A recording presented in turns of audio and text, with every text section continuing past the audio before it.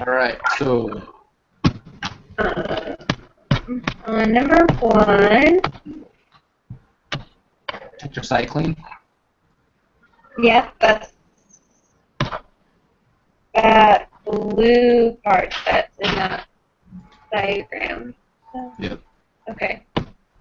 Yeah. Yeah, And I'm still. then, both. I guess if they're resistant to both, then it wouldn't have any. I put that it like wouldn't have any of like the regular DNA in it. Yep. That makes sense. The irregular like DNA that would only have the. Yeah, they wouldn't have any of the injected mouse DNA. Yeah. I'm still bringing mine up, but You're okay. Okay. And then on C, I put that you would see 2 bands in the gel. Yep. Let me go back here. And then on D, I put that you would see 3 of them. Yep.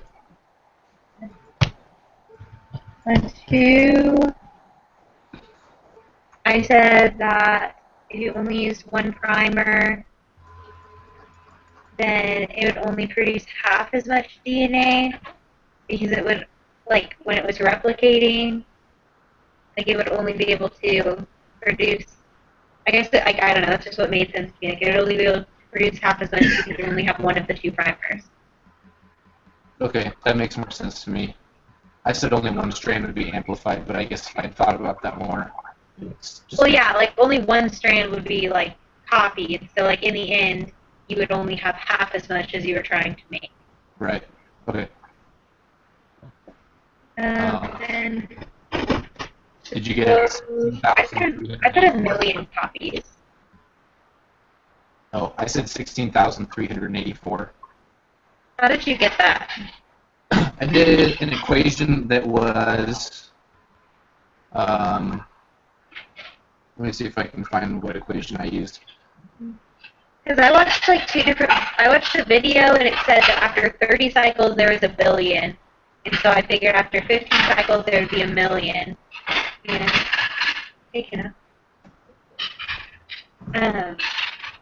and so after 15 cycles there would be 1,000,000, and then there was another video that I watched that I found like over Google, and it said that after 13 cycles there's something like, I don't know, it was I can't remember what it said there was after 13 cycles, but I remember after 30 cycles there was 1,000,000,000. So that's just kind of just like made that inference, but I which one didn't are we on? I got mine up. Which one are we on?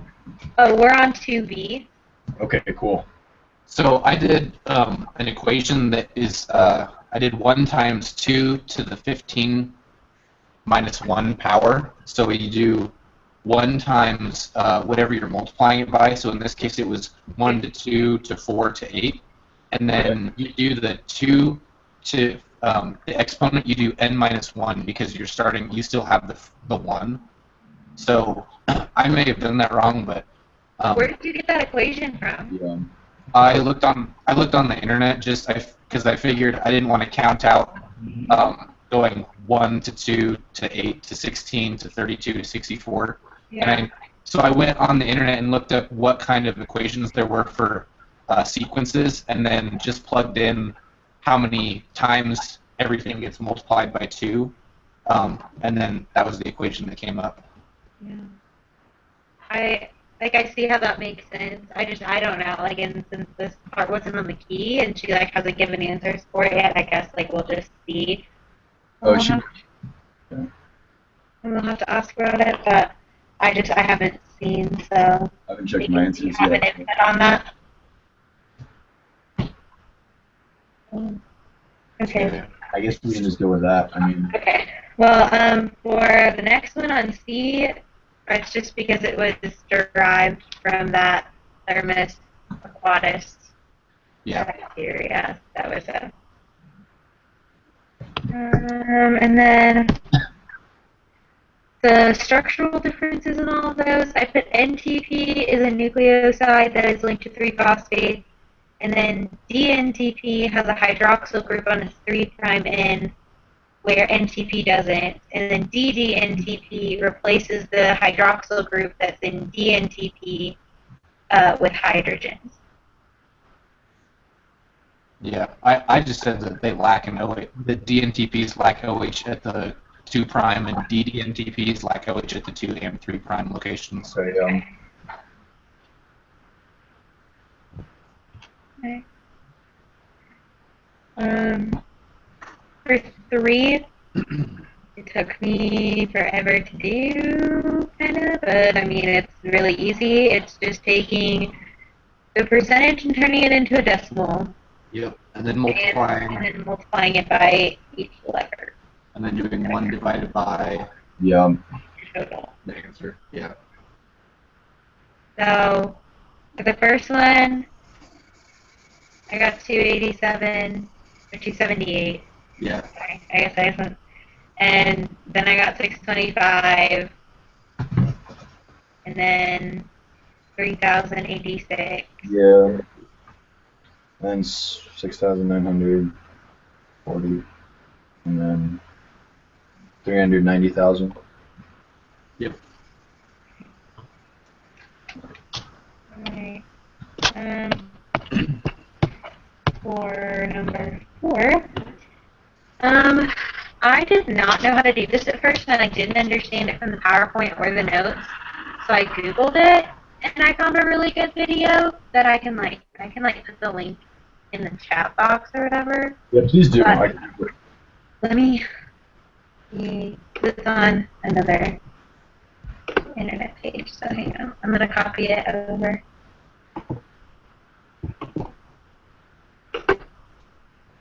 But it's kind of short, but it makes it, I don't know, to me it made it make sense, but it's like just a kind of short video, and I thought that it made it make sense. Okay, cool. It took me a little bit to understand how to do it, so, I mean, do y'all understand how to do it? Yeah. I think so. Otherwise, I can try to explain it to the best of my ability, but I don't even know if I'm right. Why don't you go for that? Okay, so the way that I did it was, so like when you're looking at the 4 wells or whatever, the way that I did it was, how it explained it in the video is the primer, or whatever, it's like it goes until it hits the letter that it's looking for.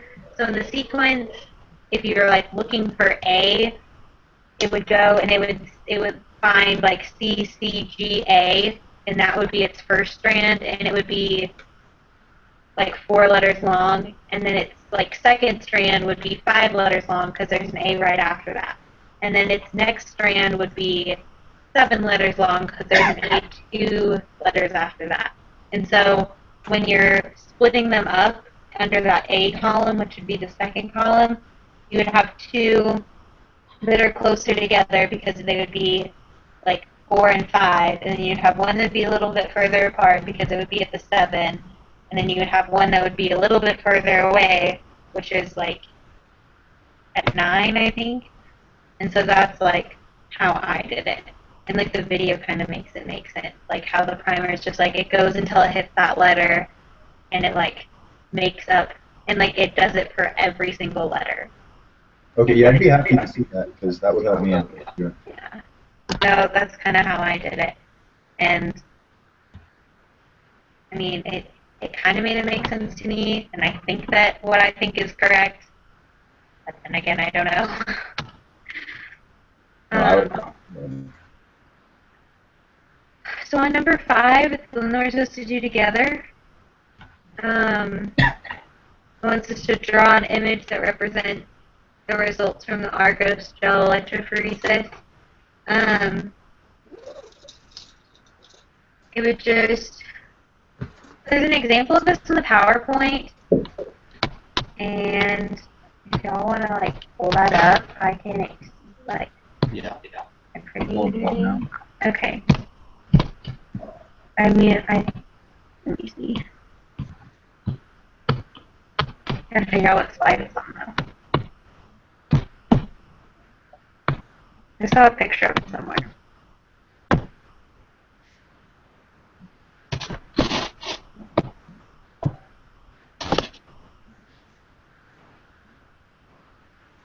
I guess this looks like it's restriction mapping, which is the bottom two.